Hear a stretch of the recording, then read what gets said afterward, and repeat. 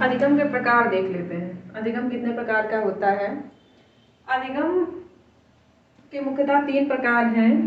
पहला है आपका संवेदन अधिगम, दूसरा है आपका गामक अधिगम और तीसरा है आपका बौद्धिक अधिगम। 3 प्रकार का अधिगम होता है, संवेदन अधिगम, गामक अधिगम और बौद्धिक अधिगम। 3 प्रकार का आपका अधिगम होता है। सबसे पहला है आपका संवेदन अधिगम। संवेदन अधिगम क्या होता है? संवेदन अधिगम के अंतर्गत हम लोग कौशल अर्जन का ज्ञान प्राप्त करते हैं। कोई कौशल, कोई कला सीखना, जैसे तैरना, साइकिल चलाना, टाइपिंग करना, चित्रकारी करना, नृत्य सीखना,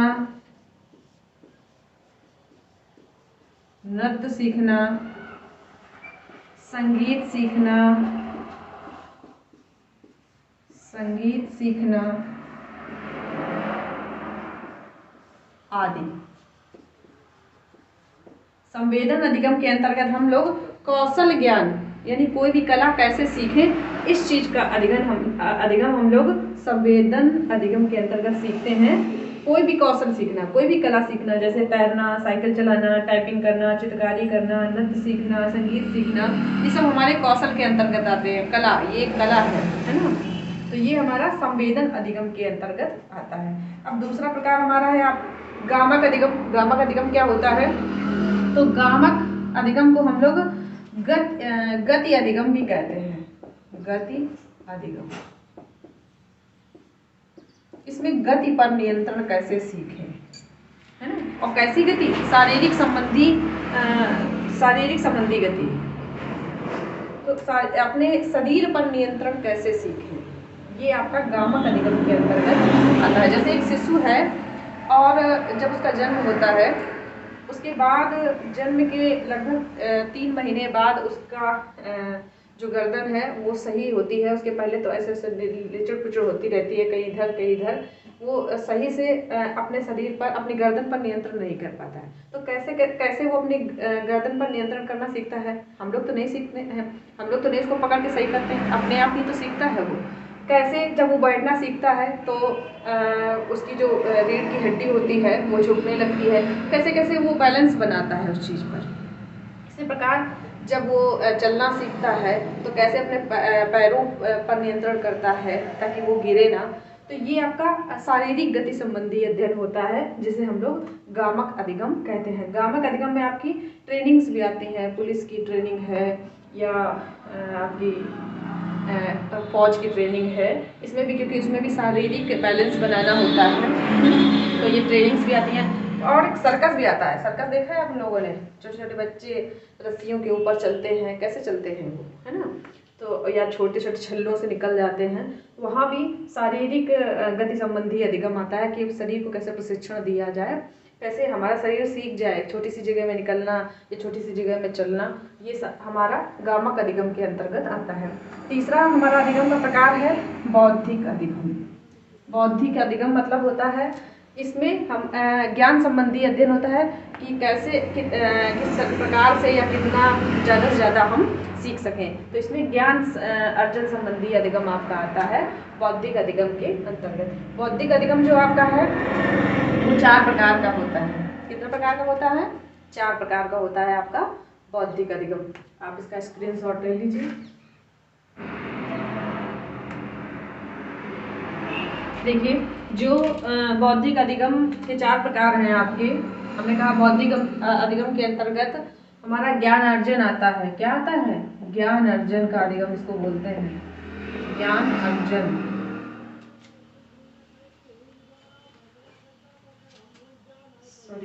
ज्ञान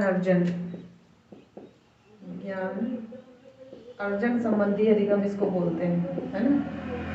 ज्ञान अर्जन संबंधी अधिगम बोलते हैं किसको? बौद्धिक अधिगम को। बौद्धिक अधिगम हमारा 4 प्रकार का होता है। पहला है आपका प्रत्यक्षीकरण अधिगम। प्रत्यक्षीकरण, प्रत्यक्ष माने क्या होता है? देखना। तो यहाँ क्या होता है कि बालक जो भी अपनी आंखों से देखता है, प्रत्यक्षीकरण अधिगम में क्या होता है? आंखों देखा। आंखों देखा, है ना, या कान से सुना हुआ, से सुना हुआ, ठीक है। उसके बाद क्या होता है, ज्ञान आपका, उसके बाद हम अपनी जैसे त्वचा से जो महसूस करते हैं, त्वचा से महसूस किया हुआ, प्रत्यक्षीकरण अधिगम के अंतर्गत आता है। यानी जिसमें बालक जो है वो अपनी आंखों से किसी भी वस्तु को, किसी भी वस्तु को, किसी भी व्यक्ति को या किसी भी स्थान को अपनी आंखों से देखे, उसके बाद उसके विषय में स्वयं सुने, है ना, कानों से सुना हुआ, त्वचा से महसूस किया हुआ। जैसे हम बच्चों को मिट्टी का प्रकार पढ़ा रहे हैं कि आजकल मान लीजिए टॉपिक रखते हैं कि मिट्टी का प्रकार, तो मिट्टी का प्रकार, मिट्टी कितने प्रकार की होती है, तो एक तो हुआ कि जैसे मान लीजिए हम इस चीज़ का प्रयोग करते हैं, कानों से सुना हुआ। यहाँ टीचर क्या करे कि लेक्चर, व्याख्यान विधि के द्वारा बच्चों को बता दें कि मिट्टी कितने प्रकार होते हैं, है ना, कि चिकनी मिट्टी होती है, दोमट मिट्टी होती है या खुरदुरी मिट्टी होती है, जो भी मिट्टी के प्रकार हैं वो बच्चे से बता दे तो वो अपने कानों से सुन ले। अब क्या है कि अगर हम सभी ज्ञानेंद्रियों का प्रयोग करके उसको सिखाते हैं तो अधिगम कैसा होगा, स्थायी होगा, यानी कैसा होगा, उसके व्यवहार में परिवर्तन। अभी क्या है, उसे मिट्टी के प्रकार नहीं पता है कि मिट्टी कितने प्रकार की होती है। जब हम उसे मिट्टी के प्रकार समझाएं तो विभिन्न प्रकार की मिट्टी जो है वो ला करके रखें, है ना, उसके बाद उन्हें दिखाएं कि इसमें चिकनी मिट्टी कौन सी होती है, और उसके बाद उनसे कहें कि बेटा इसको छू कर देखो, इसको छू कर देखो कि ये छूने पर ये कैसी महसूस होती है, चिकनाहट है या नहीं है, या दोमट मिट्टी किस तरीके से है, या खुरदुरी मिट्टी कैसी है ना, उनको हाथों से स्पर्श करा के दिखाइए। तो त्वचा जो है वो क्या है, महसूस करेगी कि हाँ ये चिकना है, ये खुरदुरा है, ये पथरीला है, ये कैसा है। तो दूसरी चीज़, आंखें उस चीज़ को देखेंगी कि हाँ चिकना होता है, चिकनी है तो किस प्रकार की है, खुरदुरी है तो कैसी है ना। उसके बाद आप उसको बताइए कि इस प्रकार की मिट्टी में ऐसी फसल होती है, इस प्रकार मिट्टी में ये फसल होती है, ये इसके लिए उपजाऊ है, इसके लिए उपजाऊ है। तो वो उस टाइम जो अधिगम करेगा, उस टाइम जो वो सीखेगा, यानी आंखों से देखकर, कानों से सुनकर, त्वचा से महसूस करके जो अधिगम होगा, वो कैसा अधिगम होगा, स्थायी होगा, स्थायी अधिगम होगा, जिसको हम लोग क्या कहते हैं।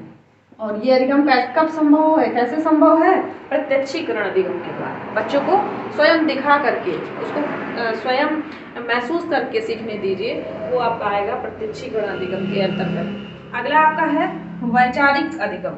कोई भी टॉपिक आपने दे दिया, है ना, अब जैसे यही है मिट्टी का प्रकार है, तो मिट्टी के प्रकार में पहला हो गया जिसमें बच्चों ने अपने आंखों से देखा, आपने जो बताया वो सुना, उसके बाद महसूस किया। ये 3 प्रक्रिया हो गई प्रत्यक्षीकरण अधिगम के अंतर्गत। सेकेंड स्टेप में जब वैचारिक अधिगम का नंबर आएगा, अब बच्चा जो है वो जब अपने घर में जाएगा या आप उसको प्रोजेक्ट देंगे कि आज जो आपने देखा, सुना, महसूस किया, इसको आप घर से लिख के लाइए, तो उसमें कौन से अधिगम का प्रयोग होगा, वैचारिक अधिगम का प्रयोग होगा। अब बच्चा जाकर उस पर विचार करेगा, है ना, कि वो मिट्टी चिकनी वाली थी, कैसी थी, उसके विषय में सर ने क्या बताया था, दोमट मिट्टी के विषय में क्या बताया था, बलुई मिट्टी के विषय में क्या बताया था सर ने।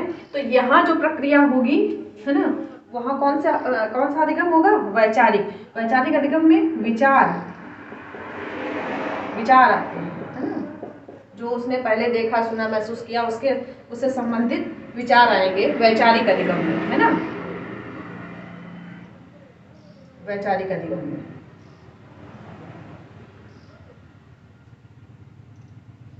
अब तीसरा आपका आएगा सहचर्यात्मक अधिगम। सहचर यानी इसमें सहचर्यात्मक अधिगम के अंतर्गत, सहचर्यात्मक अधिगम को हम लोग संबंध अधिगम भी कहते हैं, संबंध अधिगम। यहाँ क्या है, संबंध अधिगम, यानी बच्चा, उसने जो मिट्टी के प्रकार पढ़े हैं, अब जब आपने उसको कोई प्रोजेक्ट दिया तो उस पर उसने विचार किया कि मैंने जो देखा था सर ने कैसे पढ़ाया, क्या हुआ। ये सेकंड स्टेप हो गया वैचारिक अधिगम के अंतर्गत। तीसरे स्टेप में सहचर्यात्मक, यानी वो संबंधित करके पढ़ेगा, क्या उसने देखा और क्या शिक्षक ने बताया, उसको आपस में जोड़ करके, और क्या उसने महसूस किया आपस में, या सहचार्यात्मक अधिगम को हम कहते हैं संबंधित अधिगम, यानी जहाँ हम किसी भी वस्तु को किसी से रिलेट करके पढ़ते हैं, किसी से संबंधित करके, किसी से जोड़ करके पढ़ते हैं, वो आपका सहचर्यात्मक अधिगम के अंतर्गत आता है, जहाँ जोड़ करके पढ़ाया जाता है। कि आपके घर में कोई भी नई वस्तु आती है जिससे आप ज़्यादा अटैच हो जाते हो, ठीक है, कोई भी वस्तु आया या कोई भी व्यक्ति है जिससे आप ज़्यादा संबंधित हो जाते हो, ज़्यादा उससे अटैचमेंट हो जाता है आपका, थोड़े समय बाद वो वस्तु टूट जाए या वो व्यक्ति चला जाए, फिर भी आप उससे संबंधित जो है वही फीलिंग्स या प्रतिक्रिया देते हो, तो यहाँ पर भी आपका सहचर्यात्मक अधिगम आता है, क्योंकि आप उस वस्तु से या उस व्यक्ति से अभी भी रिलेट हो जबकि वो आपके सामने नहीं है। तो ये आपका है सहचर्यात्मक अधिगम, जहाँ हम किसी भी प्रकार के अधिगम में या जो भी हम सीख रहे हैं उसमें ज़रूरी नहीं है कि वो व्यक्ति या वो वस्तु हमारे पास हो। यहाँ पे हम उस नवीन ज्ञान को अपने पुराने ज्ञान से जोड़ लेते हैं, संबंधित करके सीख लेते हैं, है ना। तो वो आपका सहचर्यात्मक अधिगम के अंतर्गत आता है। चौथा है आपका रसानुभूति अधिगम। इसमें क्या होता है कि सीखने के दौरान हमें आनंद की अनुभूति हो, इसको हम आनंद भी कह सकते हैं, रसानुभूति को आनंद यानी आनंद प्राप्त हो। जैसे सीखने के दौरान कि जैसे एक कोई साहित्य की, चाहे वो अंग्रेजी साहित्य हो, चाहे आपका हिंदी साहित्य हो, चाहे आपका संस्कृत हो, उसमें जैसे कोई भी आपका गद्य या पद्य कुछ भी पढ़ाया जा रहा है, तो उसमें जब शिक्षक पढ़ाए, जैसे कविता पढ़ा रहा है, तो कविता एक शिक्षक पढ़ा रहा है, मान लो प्रकृति के ऊपर कोई कविता पढ़ा रहा है, तो वो प्राकृतिक माहौल है नहीं, बच्चों को दिख नहीं रहा है कि हाँ बगीचे में गए, वहाँ ऐसा हुआ, लताएं झूल रही थी, पत्ते हिल रहे थे, लेकिन फिर भी बच्चे को आनंद आ रहा है, वो अनुभूति कर रहा है, हाँ पत्ते हिल रहे हैं, हाँ लताएं जो है वो खुश हैं, हाँ पेड़ हिल रहे हैं, या अच्छी ठंडी ठंडी हवा चल रही है। एक शिक्षक पढ़ा रहा है, सिर्फ वो दृश्य उसके सामने नहीं है, बच्चों के सामने नहीं है, लेकिन फिर भी वो उस चीज़ का अनुभव करते हैं, तो ये आपका रसानुभूति अधिगम के अंतर्गत आता है। उम्मीद करते हैं कि आपको समझ में आ गया होगा। आप लोग इसको नोट कर लीजिए या इसका स्क्रीनशॉट ले लीजिएगा।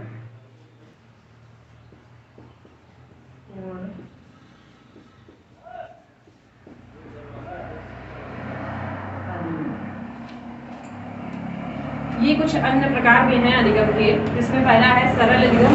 सरल अधिगम के अंतर्गत कुछ बातों को हम अपने जैसे दैनिक जीवन में बहुत जल्दी सीख जाते हैं, किसी को देखा अनुकरण द्वारा सीख गए। जैसे एक बच्चा जो है वो अपने माता पिता को, अपने बड़ों का, जैसे अपने दादी बाबा का, या उनके माता पिता के अन्य कोई जो बड़े घर के पेरेंट्स हैं, उनको पैर छूता हुआ देखता है या उनका रिस्पेक्ट करते हुए देखता है, तो वो उनको देख करके ही सीख जाता है। बच्चा माँ को या पिता को बताना भी नहीं पड़े कि हाँ ताऊ जी हैं, बाबा हैं, या मामा हैं, या कोई है, बेटा इनसे नमस्ते करो या इनके पैर छुओ, वो अपने पेरेंट्स को देख कर सीख ले।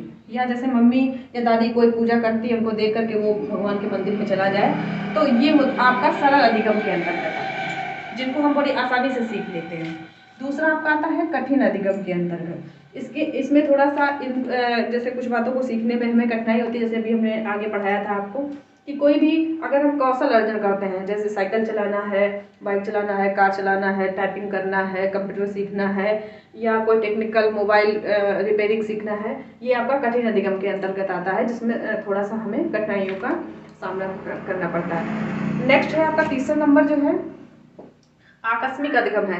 इसमें जैसे हम अचानक कोई चीज़ सीख लें, हमारे सामने अचानक हम रास्ते में कहीं जा रहे हैं और हमारे सामने कोई घटना घटित हो जाती है, उस दौरान जो भी प्रक्रिया हुई है, कैसे उससे निजात मिली है, चाहे हमारे साथ हो या किसी और के साथ हो, अचानक से हुई हो, और उस टाइम हम कैसे उसका बचाव करते हैं और कैसे उस घटना से अपने आप को बाहर निकालते हैं, कैसे स्थिति को सामान्य करते हैं, वो आपका आकस्मिक अधिगम के अंतर्गत आता है। कि अचानक ही ऐसी परिस्थितियाँ हो जाए जहाँ हमें कुछ सीखना पड़ जाता है या हम कुछ सीख लेते हैं, वो आपका आकस्मिक अधिगम के अंतर्गत आता है।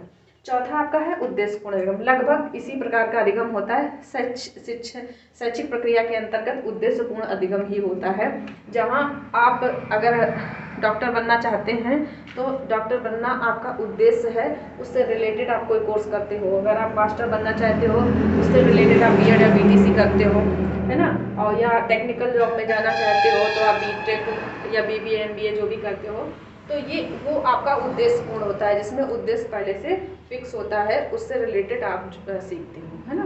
तो ये अधिगम के कुछ अन्य प्रकार भी थे: सरल अधिगम, कठिन अधिगम, आकस्मिक अधिगम और उद्देश्यपूर्ण अधिगम। आप इन्हें नोट कर लें या स्क्रीनशॉट ले लें। देखो पहले इतना एक्सप्लेन कर लेते हैं। सबसे पहला आपका है अधिगम संपूर्ण जीवन चलता है। तो सीखना जो है वो संपूर्ण जीवन चलता रहता है, क्योंकि हम जन्म से लेकर मृत्यु तक कुछ ना कुछ, हर दिन कुछ ना कुछ नया सीखते रहते हैं। तो सीखना संपूर्ण जीवन चलता रहता है, सीखना कभी बंद नहीं होता है। नेक्स्ट है अधिगम सार्वभौमिक है। सिर्फ हम ही नहीं सीखते हैं, सिर्फ मनुष्य ही नहीं सीखता। कौन कौन सीखता है? मानव भी सीखते हैं और पशु भी सीखते हैं, पक्षी भी सीखते हैं, सभी सीखते हैं। सबके अपने अपने नियम होते हैं, जीवन जीने के तरीके होते हैं, है ना। तो ये सार्वभौमिक है, सभी सीखते हैं, मनुष्य पशु पक्षी सब सीखते हैं। नेक्स्ट है आपका अधिगम परिवर्तन है। जब भी हम सीखेंगे तो कुछ नया होगा हमारे साथ। जिस सेक्टर में हम सीखेंगे, जिस क्षेत्र में हम सीखेंगे, चाहे सामाजिक क्षेत्र में सीखें तो सामाजिक विकास होगा, आर्थिक क्षेत्र में कुछ नया सीखते रहेंगे तो आर्थिक विकास होगा, ज्ञान लेंगे तो हमारा बौद्धिक विकास होगा, और शारीरिक क्षेत्र में अगर हम खेल कूद में भाग लेंगे ज़्यादा से ज़्यादा तो हमारा शारीरिक विकास होगा। तो अधिगम क्या है? परिवर्तन। अगर आप सीखेंगे तो बदलाव अवश्य होगा। नेक्स्ट है अधिगम विकास है। जितना ज़्यादा हम सीखते जाएंगे उतना ही ज़्यादा हमारा विकास होता जाएगा, है ना। तो अधिगम जो है एक विकासशील प्रक्रिया है, हमेशा निरंतर चलती रहती है, ये विकासशील प्रक्रिया है। नेक्स्ट है अधिगम उद्देश्यपूर्ण है। हम जो कुछ भी सीखते हैं वो उसके पीछे कोई ना कोई उद्देश्य अवश्य होता है। जैसे अभी थोड़ी देर पहले हम बता चुके हैं अधिगम के प्रकार में कि अगर हमारा उद्देश्य है कि हमें डॉक्टर बनना है तो हम MBBS करते हैं या डॉक्टर की कोई भी डिग्री करते हैं, पढ़ाई करते हैं। अगर हमें मास्टर बनना है तो हम BEd BTC करते हैं। अगर हमें टेक इंजीनियर बनना है तो हम BTech करते हैं। अगर कंप्यूटर ऑपरेटर बनना है तो हम BBA करते हैं या BCA करते हैं, है ना।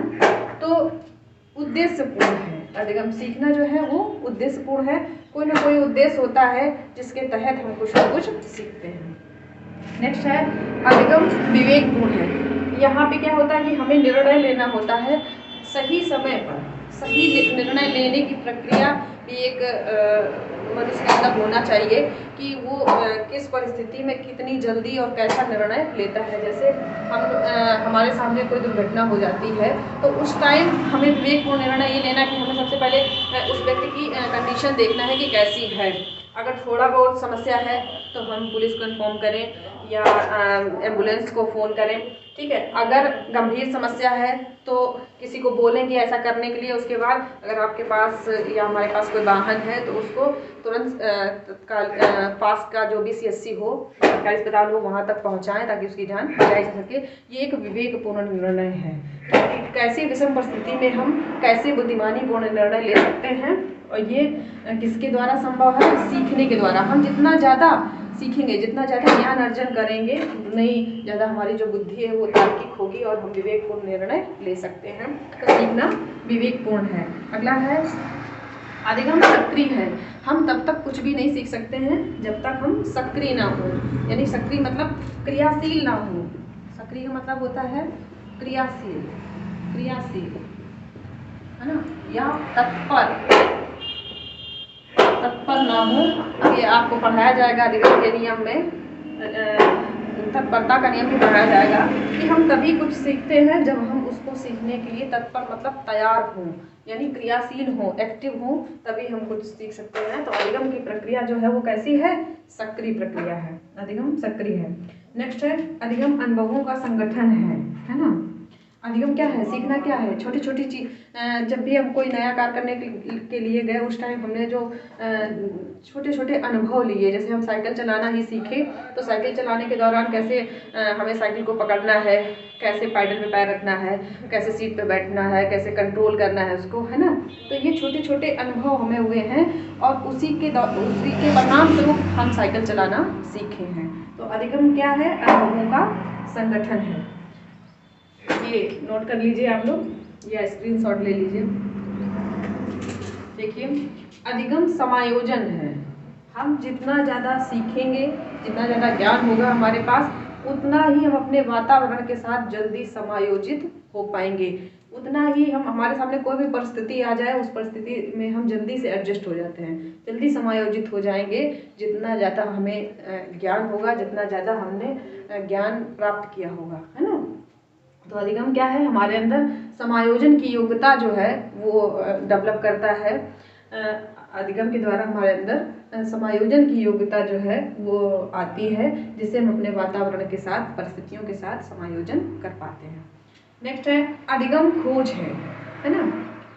अधिगम प्रक्रिया के तहत, यानी जब भी हम कुछ सीखते हैं तो क्या करते हैं, उस ज्ञान का या जो भी हम सीखना चाहते हैं उसकी क्या करते हैं, खोज करते हैं, उसके विषय में ज़्यादा से ज़्यादा जानकारी इकट्ठा करना चाहते हैं, ज़्यादा से ज़्यादा जानना चाहते हैं। तो अधिगम क्या है, एक खोज है ना, जो कि मनुष्य को क्या है, एक्टिव बनाती है, उसकी तार्किक बुद्धि जो है वो तार्किक बुद्धि का विकास करता है। तो अधिगम क्या है, खोजपूर्ण है। नेक्स्ट है कि अधिगम नवीन ज्ञान का अर्जन है ना। सीखने के अंतर्गत क्या होता है, हम कुछ नया ही तो सीखते हैं। कोई भी, जैसे मान लीजिए हम कोई कौशल सीखने जा रहे हैं, अगर हम टाइपिंग सीखने जा रहे हैं, कंप्यूटर सीखने जा रहे हैं, या कोई भी डिप्लोमा या डिग्री करने जा रहे हैं, तो क्या है, वो नया ही तो है मेरे साथ। मैं उसके पहले तो हमने उसके विषय में नहीं जाना है, उसके विषय में हमें जानकारी नहीं है। अब उसको हम नया अर्जित करने जा रहे हैं, नया ज्ञान सीखने जा रहे हैं। तो अधिगम क्या है, नवीन ज्ञान का अर्जन है। अधिगम प्रक्रिया के अंतर्गत हम नया नया सीखते रहते हैं। नेक्स्ट है आपका कि अधिगम व्यक्तिगत व सामाजिक दोनों है। अच्छा, सीखने की प्रक्रिया पूछा जाए कि सीखना सिर्फ अकेले ही होता है कि समूह में भी होता है, तो सीखना अकेले भी होता है और समूह में भी होता है। तो ये, जैसे अगर हम किसी भी चीज़ की स्टडी कर रहे, पढ़ रहे हैं, तो हम ग्रुप स्टडी भी कर सकते हैं और हम पर्सनल स्टडी भी कर सकते हैं, पर्सनल भी। इसी तरीके से जैसे अगर हमें कोई खेल खेलना है, तो उसके लिए क्या होगा कि हमें समूह चाहिए, तभी हम कोई खेल खेल सकते हैं, अकेले नहीं खेल सकते हैं, है ना। तो ये अधिगम जो है, अधिगम की प्रक्रिया वो व्यक्तिगत भी है और सामाजिक है, दोनों प्रकार से अधिगम किया जा सकता है ना। उम्मीद है हमारा वीडियो आपको पसंद आया होगा। पसंद आए तो चैनल को सब्सक्राइब जरूर करें और लाइक करें। धन्यवाद।